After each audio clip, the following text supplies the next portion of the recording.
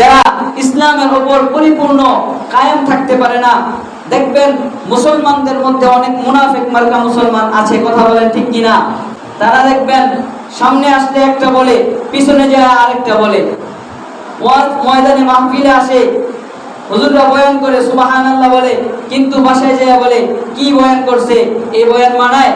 রাজনীতির বয়ান করে, এটা কোনো রাজনীতি? এই বয়ান হুজুরের দরকার আছে? কিন্তু রাজনীতি তো কোরআনে হাদিসে আছে। ওলামায়ে কেরাম রাজনীতি করেন, নবীরা রাজনীতি করছেন, সাহাবায়ে কেরামরা রাজনীতি করছেন।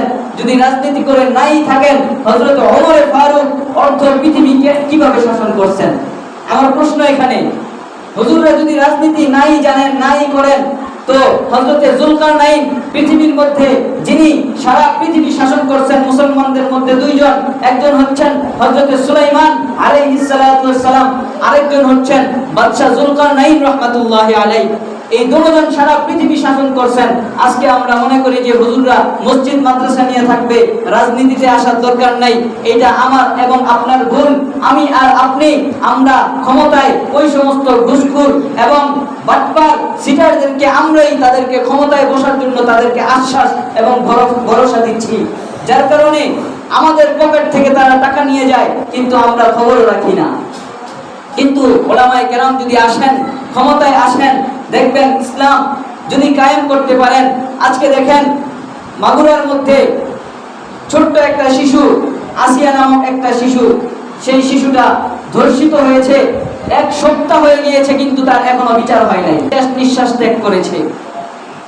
সে স্বরাষ্ট্র উপদেষ্টা তিনি বলেছেন যে 90 দিনের মধ্যে, 3 মাসের মধ্যে সে বিচার কার্যক্রম করবে। আচ্ছা বলেন তো, ছোট্ট একটা মামলা, যে তাকে ধর্ষণ করেছে বা যারা তাকে ধর্ষণ করেছে সবাই জানে স্পষ্ট, তাদেরকে আবার খুঁজে বের করতে কেন 2 মাস সময় লাগবে, 3 মাস সময় লাগবে?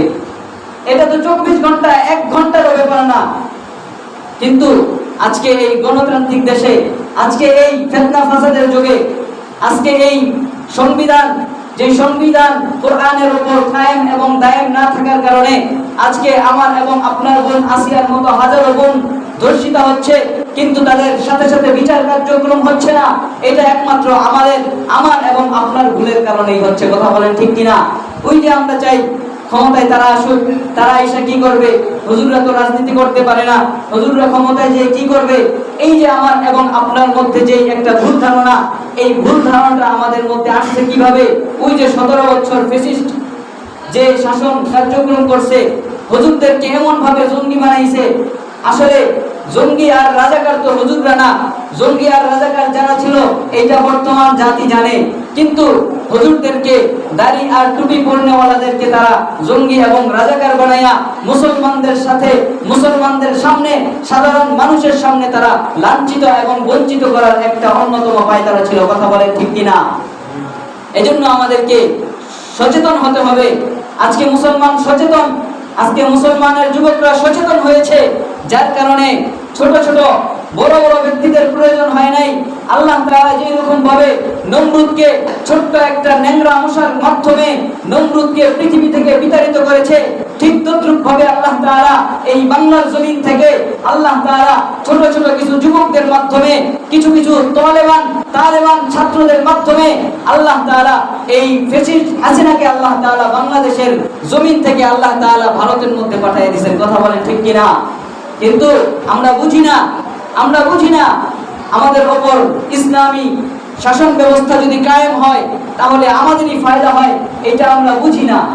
এই যে যাকাত, আজকে যদি ইসলামী শাসন প্রতিষ্ঠা থাকতো, দেশের মধ্যে যদি ইসলামী সংবিধান থাকতো, কোরআনের সংবিধান থাকতো, তাহলে দেখতেন যাকাত না দিয়ে মানুষ কোথায় যায়। ইসলামী সংবিধান থাকলে সরকার থেকেই চাপ দেওয়া হতো, প্রত্যেকটা ব্যক্তির যাকাত দিতে হবে, যাদের ওপর যাকাত ফরজ হয়েছে।